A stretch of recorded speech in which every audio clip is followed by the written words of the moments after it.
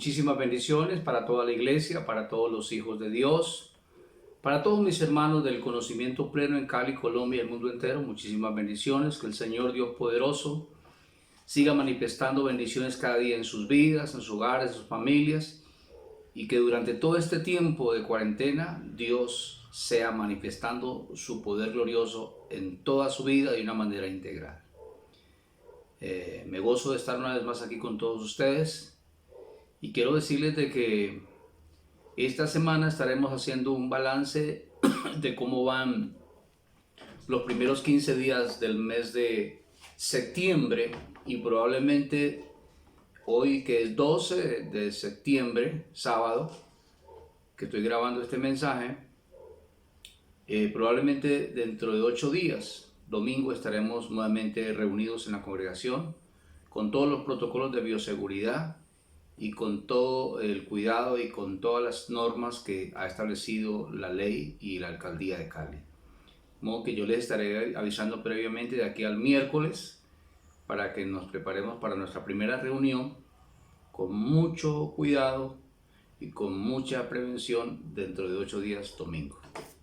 Vamos a compartir hoy el tema de la armadura de Dios ya en sí. Vamos a mirar en sí cada una de las partes de la armadura del soldado romano que Pablo utilizó como una figura para nosotros en este tiempo del nuevo pacto. Entonces yo quiero que leamos en esta hora Efesios capítulo 6, verso 10 al 12. Vamos a leerlo nuevamente para que entremos a meditar en esta palabra poderosa. Dice así Efesios 6, 10, dice: Por lo demás, hermanos míos, fortalezcanse en el Señor y en el poder de su fuerza. Vístanse de toda la armadura de Dios para que puedan estar firmes contra las acechanzas del diablo, porque no tenemos lucha contra sangre y carne, sino contra principados, contra potestades, contra los gobernadores de las tinieblas de este siglo, contra huestes espirituales de maldad en las regiones celestes. Oremos al Señor para que Dios nos ayude con esta enseñanza. Padre eterno, Dios poderoso, Rey soberano, te glorificamos en esta hora. Damos gracias a ti por tu palabra que es viva, que es eficaz, y la palabra que tú nos impartes hoy, que penetre lo más profundo en nuestros corazones y en nuestras vidas, y que ella genere una transformación, un cambio interno en nuestras vidas, que nos llene de fe, de confianza, de seguridad, y que huyan el miedo, el temor, la duda, el pánico, la inseguridad, Señor, y que el poder tuyo, Señor, nos inunde de una manera poderosísima, Señor, para estar confiados y seguros en lo que tú declaras en tu bendita palabra como nuestra herencia, Señor. Declaro que a través de esta palabra, Señor, tú sanas corazones, cuerpos, hogares, familias, tú envías bendición y provisión para todos nosotros de una manera poderosísima. Solamente queremos pedirte que nos des revelación, conocimiento, entendimiento y discernimiento en tu bendita palabra, para la gloria de tu santo nombre, en Cristo Jesús. Entonces, para variar un poquitico, he colocado como tema en esta oportunidad toda la armadura de Dios. Vamos a mirar específicamente en sí qué es la armadura. Hemos estado mirando todo el fundamento bíblico, ¿sí? En los mensajes anteriores, para tener claro qué fue lo que hizo el Señor en la cruz.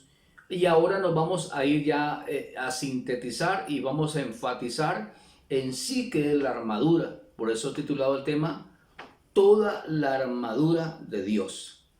Según lo que hemos estado estudiando en los mensajes anteriores, nos quedó claro que el Señor, según Hebreos 2:14, destruyó al diablo y a los demonios en la cruz del Calvario. Él como individuo fue destruido, fue hecho inútil, pero no quiere decir que lo mató, que lo enterró, que lo sepultó. Él ahora tiene un sistema de dominio sobre toda la humanidad a través de sugerencias. O sea que el derecho legal que él tenía, que era el pecado, ya le fue quitado, pero ahora tiene un sistema. Como individuo fue derrotado, fue anulado, ¿sí? Fue destruido, pero sigue operando con un sistema corrupto y lo hace a través de sugerencias a todos los seres humanos, incluyéndonos a nosotros. Si le damos lugar a él, entonces nos va a llevar a hacer cosas incorrectas e indebidas. Entonces, Dios también tienen un sistema de luz, un sistema de sugerencias. El diablo siempre ha imitado las cosas de Dios.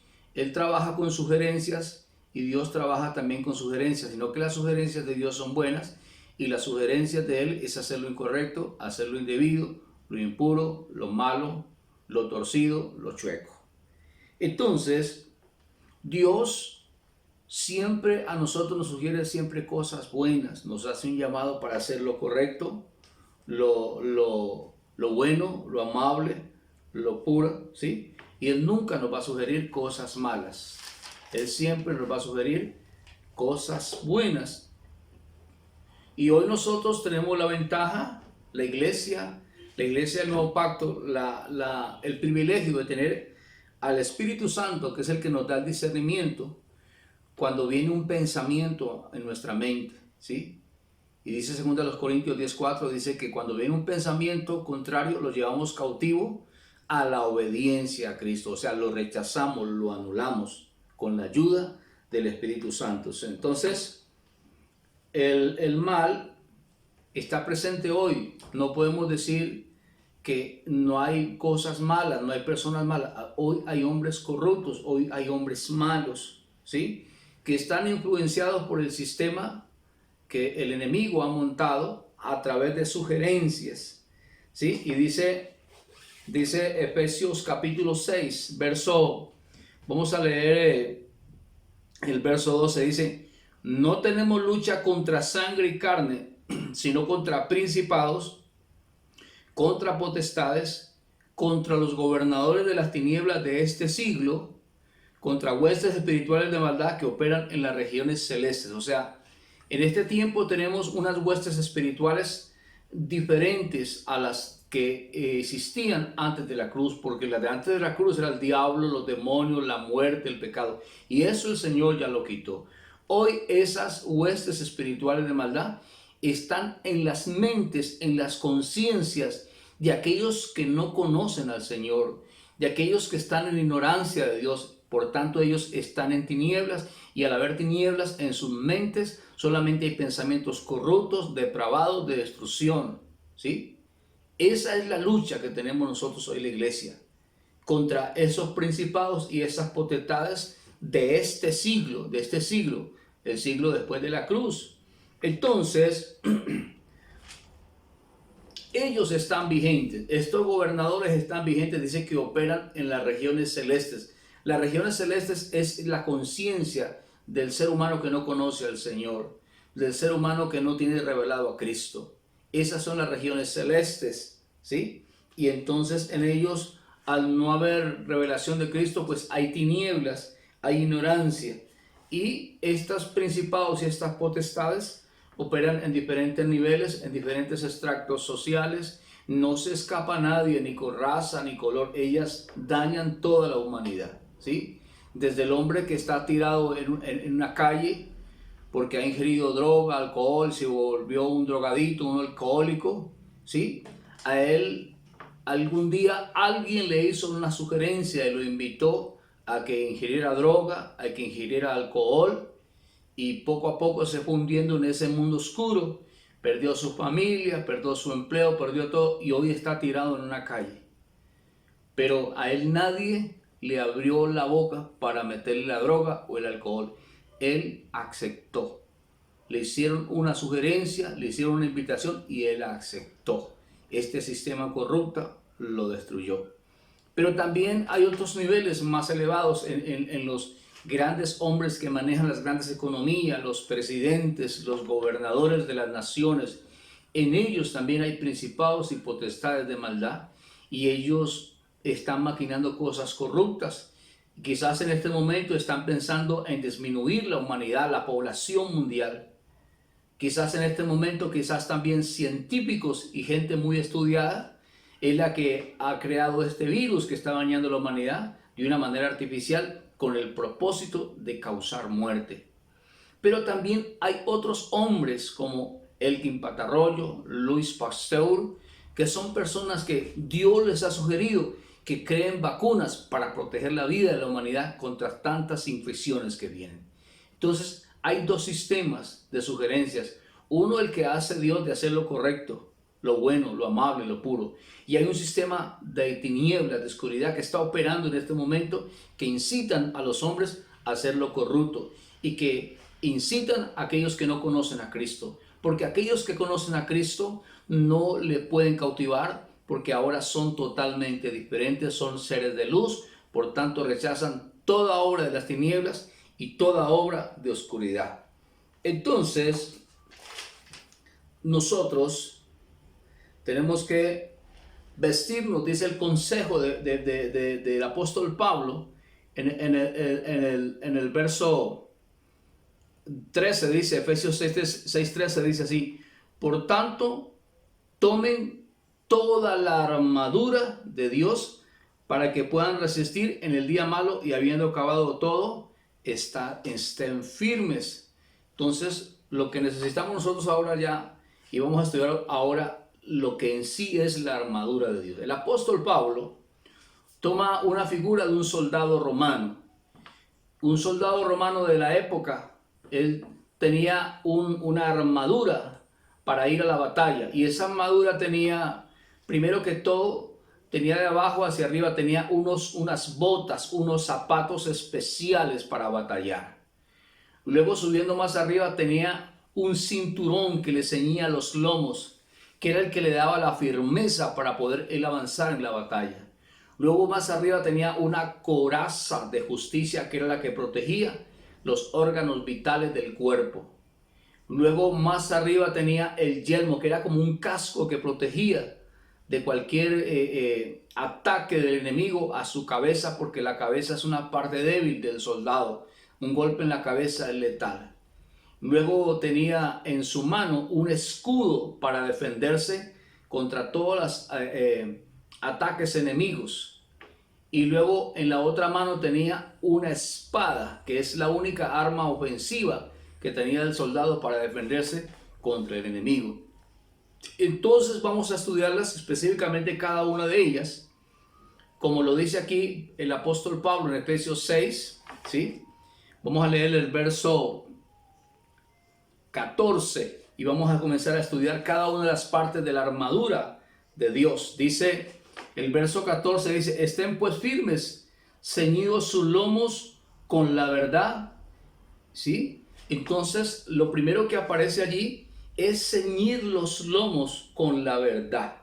Es la primera parte de la armadura que cita el apóstol Pablo.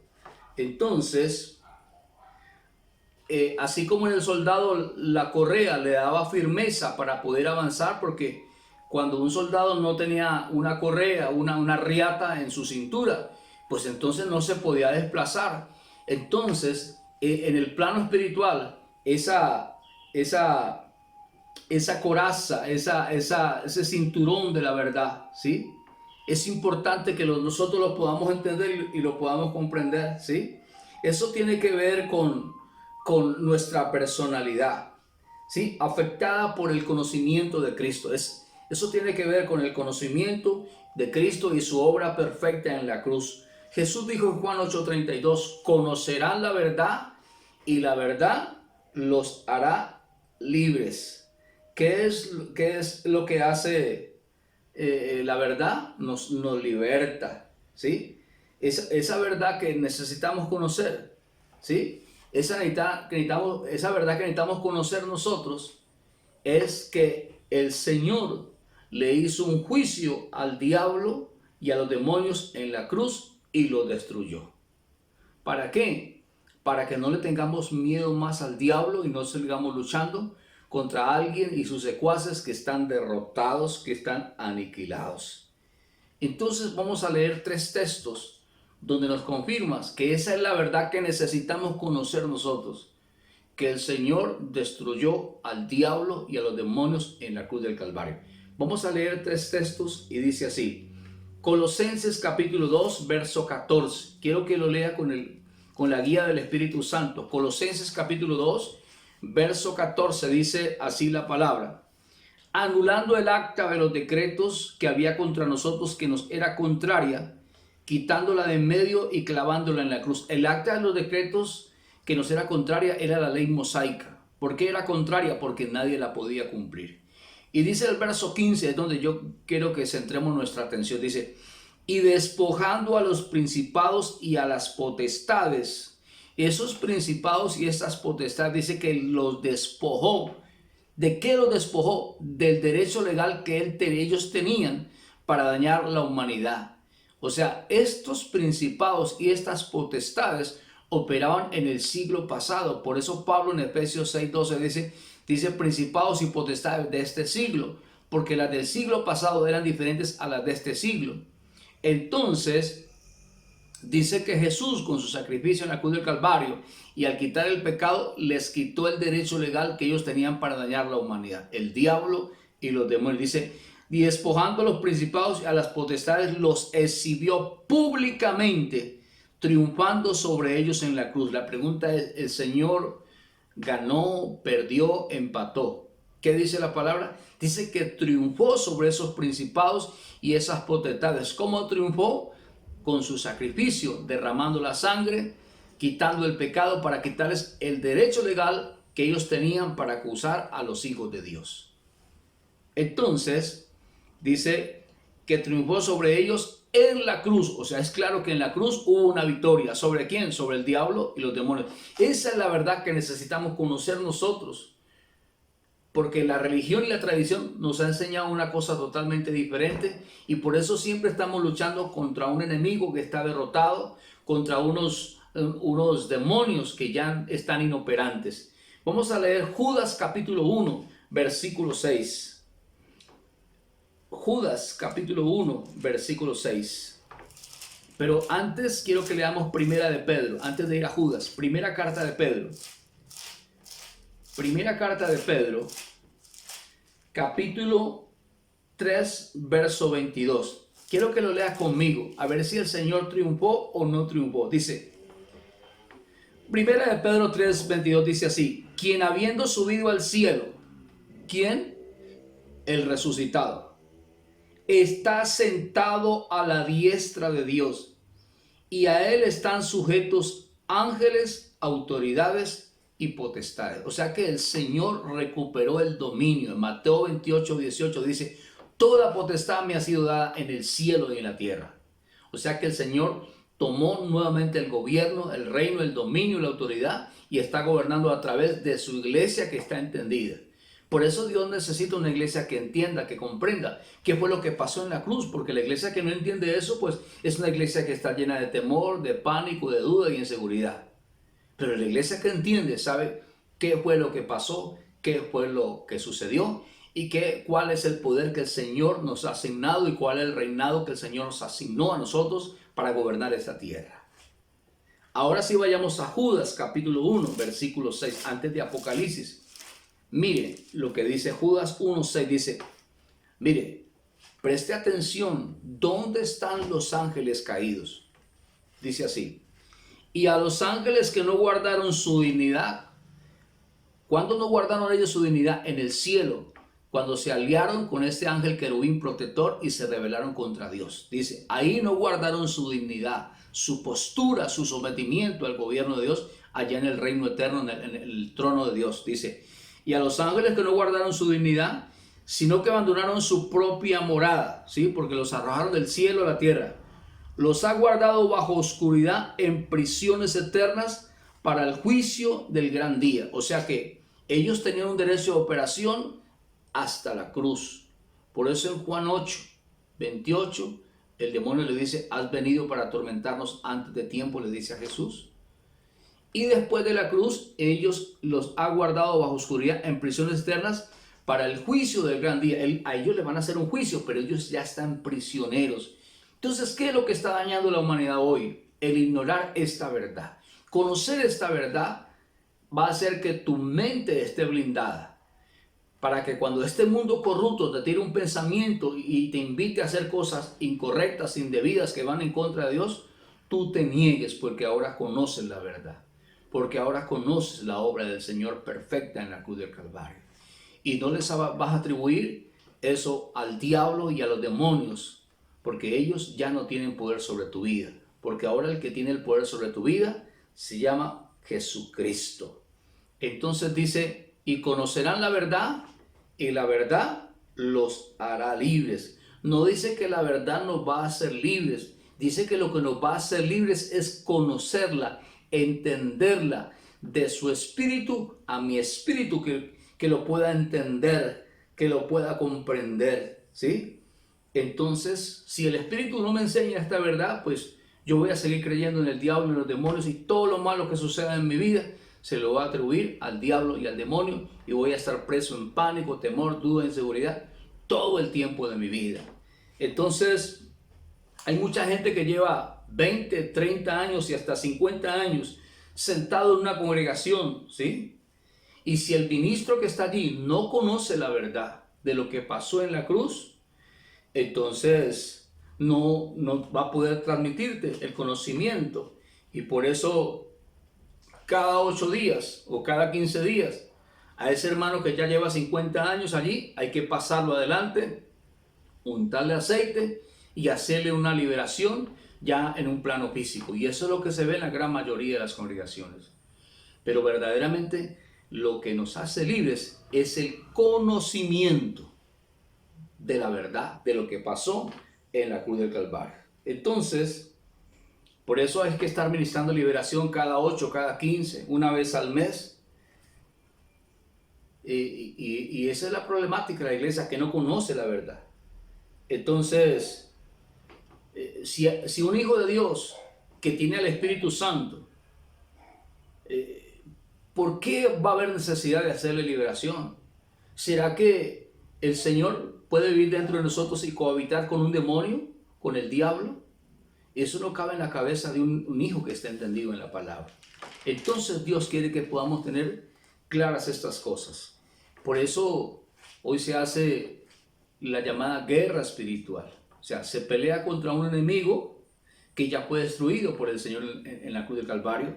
Se pelea contra los demonios, contra los espíritus malignos, que el Señor ya los derrotó en la cruz del Calvario. Entonces, mucha iglesia, al no conocer la verdad, está perdiendo el tiempo. Por eso también se hace intercesión, ¿sí? Hoy en día los intercesores en las congregaciones, ¿sí? Cuando lo que dice la Escritura es que el verdadero intercesor por nosotros se llama el Señor, que está sentado a la diestra de Dios Padre, intercediendo por nosotros.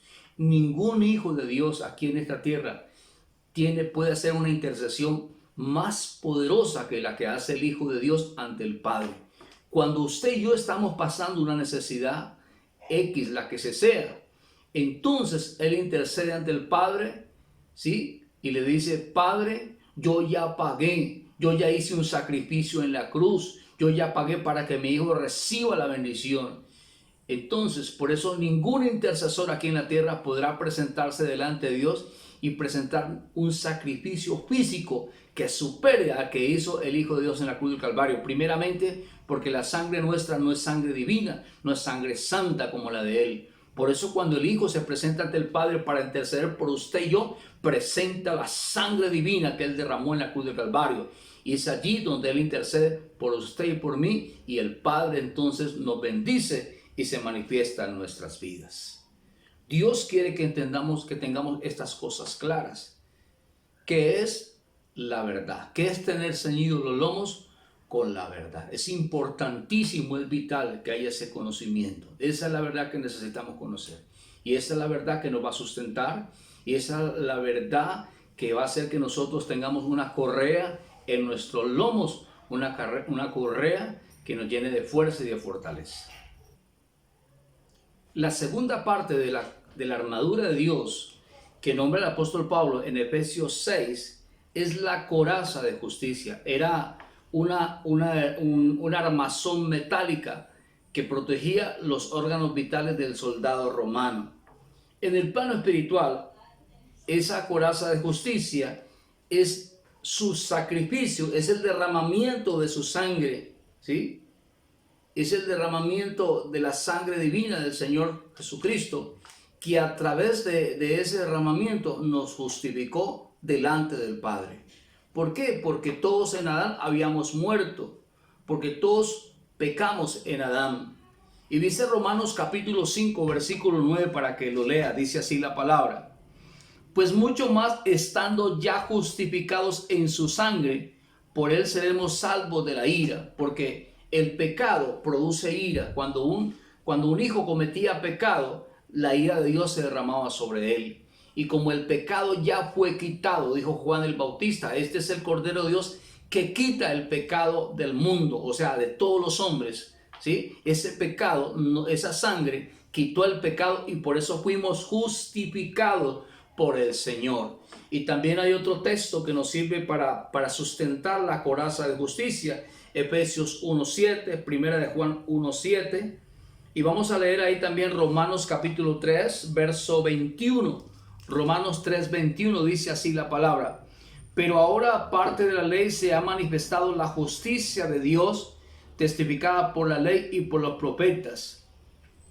La justicia de Dios por medio de la fe en Jesucristo, para todos los que creen en Él, porque no hay diferencia, por cuanto todos pecaron, están destituidos de la gloria de Dios. Y el 24 dice, siendo justificados gratuitamente por su gracia, mediante la redención que es en Cristo Jesús. ¿Cuántos pecaron? Todos pecamos y quedamos destituidos de la gloria de Dios por el pecado de Adán. Pero Jesús, con su sangre preciosa, quitó el pecado y nos justificó delante del Padre. Por eso el verso 24 de Romanos 3 dice, siendo ya justificados gratuitamente. Porque así como no hicimos nada para morir, tampoco no hacemos nada para recibir la vida. Es por el sacrificio de su sangre, el derramamiento de su sangre, es que nosotros somos justificados delante del Padre. Ningún sacrificio humano que usted y yo hagamos nos podrá justificar delante del Padre. Solamente el sacrificio y la sangre derramada del Hijo de Dios en la cruz del Calvario es la que nos justificó, ¿sí? Y esa es mi coraza de justicia, su sangre derramada en la cruz que me lavó, que me limpió y que me justificó de todo mi pecado. Hebreos 10:14 dice que con una sola ofrenda hizo para siempre perfectos a los santificados. Con esa ofrenda perfeccionó el espíritu de todos los hijos de Dios, nos habilitó para tener vida del espíritu. Entonces, así como el Señor le dio una instrucción a Moisés allá en Éxodo 12, le dijo, esta noche va a pasar el ángel de la muerte. Di a los hijos de Israel que maten un cordero, ¿sí? Macho de 1 año sin defecto. Y esa sangre colócala en los postes y en el dintel de la puerta para que cuando pase el mal no entre a esa casa. Asimismo, usted y yo estamos justificados delante de Dios. Y hoy no tenemos una sangre de un animal, sino que tenemos una sangre espiritual que habla mejor que la de Abel, que es la que nos justifica. Esa sangre que se derramó en la cruz del Calvario, esa sangre sigue hablando y esa sangre es efectiva para colocarnos a nosotros la coraza de justicia.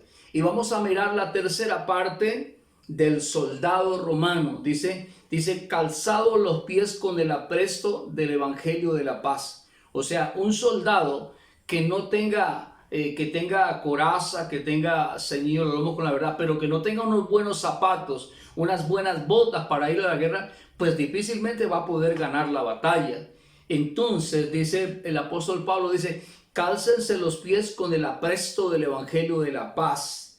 El saludo de Pablo en todas sus cartas siempre es gracia y paz. Gracia y paz. Cuando Jesús resucitó y se presentó a sus discípulos, estando las puertas cerradas, dijo, gracia y paz, paz a ustedes. Cuando se encontró con Tomás, también le dijo, paz a ustedes. ¿Sí? En la paz yo tengo todo, en la paz está toda mi bendición.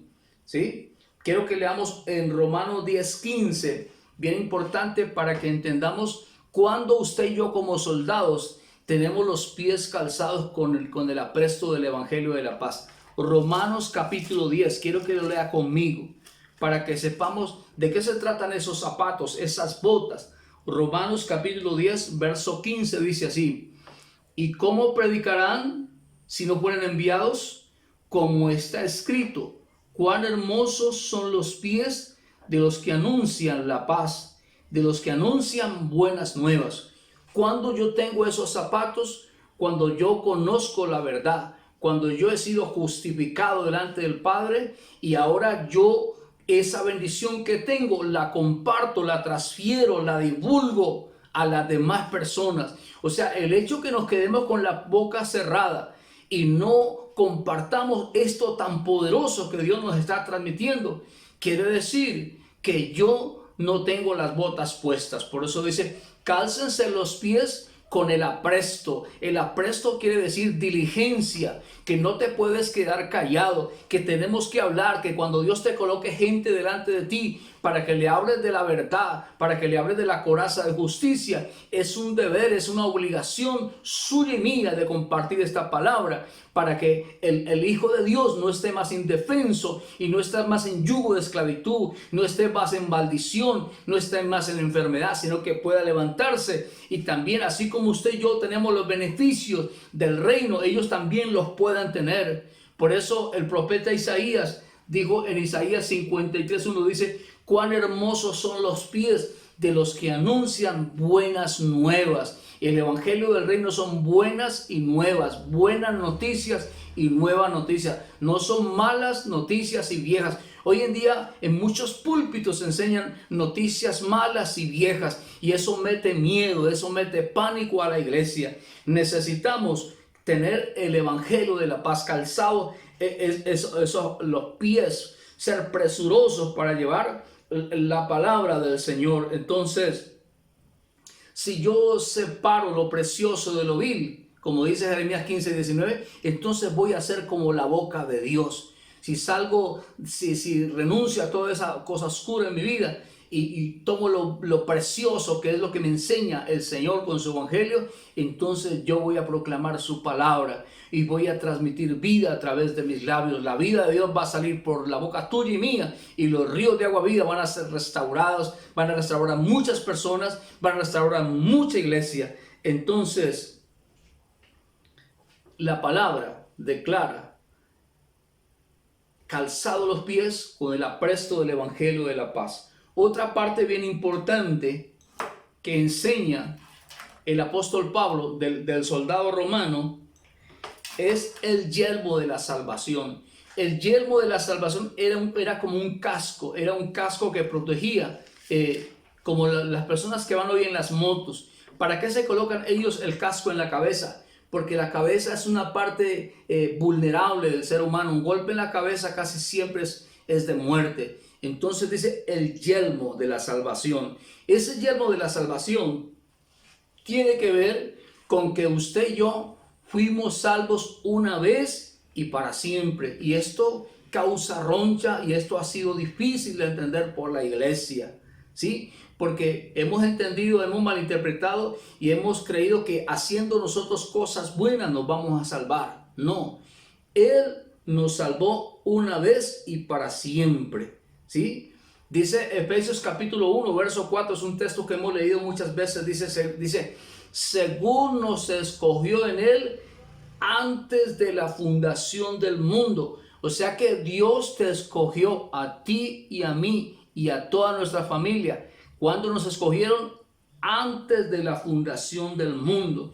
Y allí, cuando Él nos escogió, de una vez inscribió el nombre tuyo y el mío en el libro de la vida. Sino que a nosotros nos enseñó la tradición que cuando uno fue a un lugar y levantó la mano y pasó adelante, ese día fue escrito mi nombre en el libro de la vida. Y no es así. Yo quiero invitarte para que leas Apocalipsis 17, verso 8, para que entendamos por la escritura cuándo fue que fue escrito el nombre tuyo y mío en el libro de la vida. Dice Apocalipsis 17, verso 8, dice, la bestia que has visto era y no es, y está para subir del abismo e ir a perdición.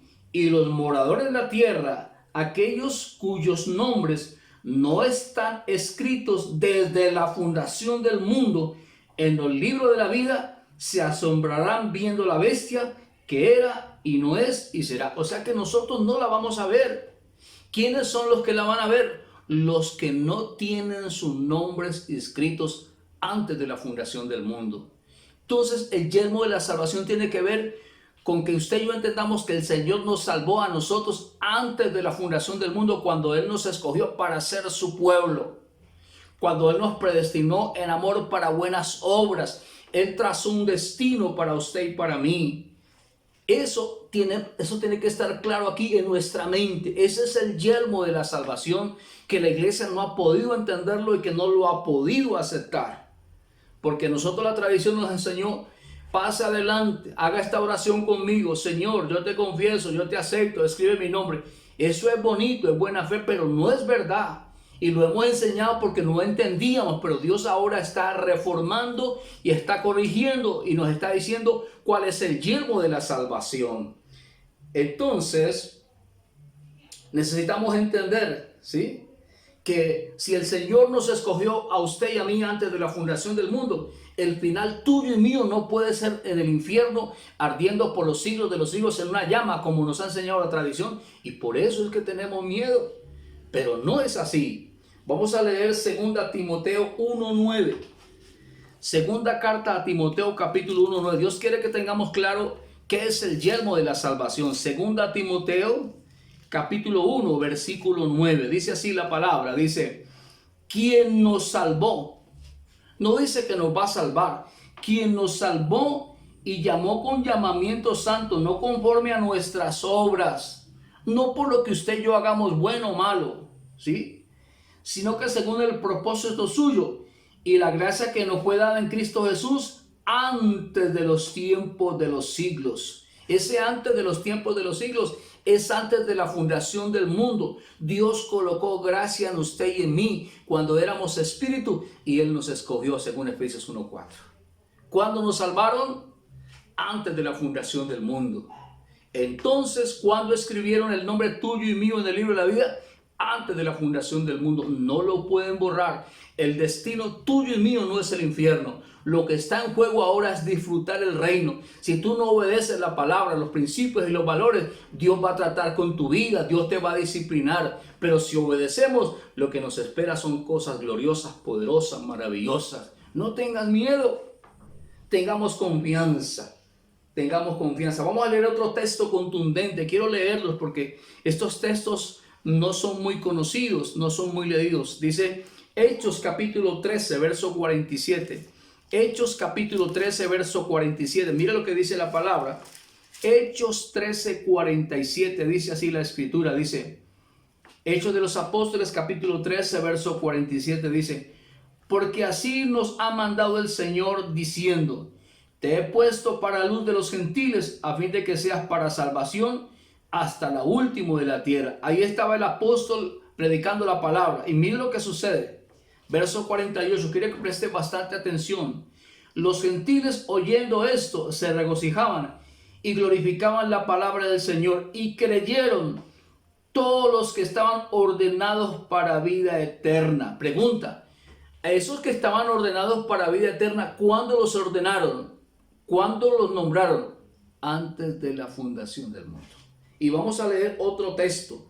2 Tesalonicenses 2:13. Este es el yelmo de la salvación. Ay, si yo me muero, ¿para dónde me voy? ¿Para el cielo o para el infierno? No, ni para el cielo ni para el infierno. Vamos a estar siempre con el Señor aquí en la tierra, según el Salmo 37. Quiero que lo leas todo para que sepas que vamos a estar aquí en la tierra con el Señor, que va a haber un cielo nuevo, una tierra nueva, que la nueva Jerusalén va a descender del cielo y no va a haber sol de luna ni luz de sol, sino que la gloria del Señor nos va a iluminar. 2 Tesalonicenses capítulo 2, verso 13. Quiero que lo lea con mucha atención. Dice: pero nosotros debemos dar siempre gracias a Dios respecto a ustedes, hermanos amados por el Señor, de que Dios los haya escogido desde el principio. ¿Desde cuándo? Desde el principio, para salvación, mediante la santificación por el Espíritu y la fe en la verdad. O sea que nos hicieron salvos, ¿cuándo? Antes de la fundación del mundo. O sea que el destino suyo y mío no es el infierno. Eso no quiere decir, no, entonces ahora voy a vivir desordenadamente. Pues si lo quieres hacer, lo que te viene es disciplina de parte de Dios. Te viene un infierno. Pero lo más normal es que un hijo de Dios que está entendido, que tiene el Espíritu Santo, siempre va a tratar de someterse y obedecer al Señor. Por tanto, lo que le espera a tu vida y a mi vida y a tu casa y a mi casa son cosas poderosas, cosas maravillosas. Entonces, debemos tener la seguridad de la salvación como yelmo. ¿sí? Aquí en el casco, en la cabeza, ¿sí? Y si te dicen que te vas a ir al infierno si haces esto, no. Entonces, es importante tener en cuenta esto. Y vamos a terminar con dos partes importantes, que es la espada del Espíritu. Vamos a mirarla rápidamente, ¿sí? La espada del Espíritu es la última arma de la armadura y es la única arma que es ofensiva. Un soldado con la armadura defensiva, ¿sí? Recibe golpes con el escudo, ¿sí? Con el escudo de la fe, con el yelmo, ¿sí? Pero necesita la espada del Espíritu. Esta es la única arma ofensiva que el soldado romano utiliza, y por cuestión de tiempo vamos a dejarlo para la próxima enseñanza. Esta semana voy a hacer esa enseñanza cortica para que no te la pierdas, para que terminemos toda la armadura de Dios. Yo quiero que oremos en esta hora porque este tema es un tema candente, es un tema polémico para la iglesia cristiana evangélica tradicional, pero es la verdad que Dios ha determinado y esa es la armadura de Dios. No es física, es espiritual. Y fue lo que hizo el Señor en la cruz del Calvario. Vamos a orar al Señor para que Él nos ayude, para que Él nos guíe y para que Él nos dirija. Y para que esta verdad esté presente en tu vida y en mi vida. Padre eterno, Dios poderoso, te alabamos, te glorificamos a ti. Te damos gracias a ti por tu amor, por tu bondad, por tu poder, por tu bendición, por tu ayuda preciosa, Señor. Espíritu Santo, gracias por enseñarnos estas verdades tan poderosas, Señor. Padre, que esta palabra quede implantada en lo más profundo de nuestro ser, en nuestro espíritu, para que nuestra alma lo entienda, Señor, y no estemos más amedrentados, no estemos más atemorizados, llenos de pánico, sino que por todo lo contrario, tengamos fe, confianza, seguridad, firmeza en tu bendita palabra. Yo declaro hoy la paz de Cristo, la libertad de Cristo, la manifestación de tu palabra en todos mis hermanos de una manera poderosísima para la gloria de tu santo nombre en Cristo Jesús. Muchísimas bendiciones para todos y muchos éxitos.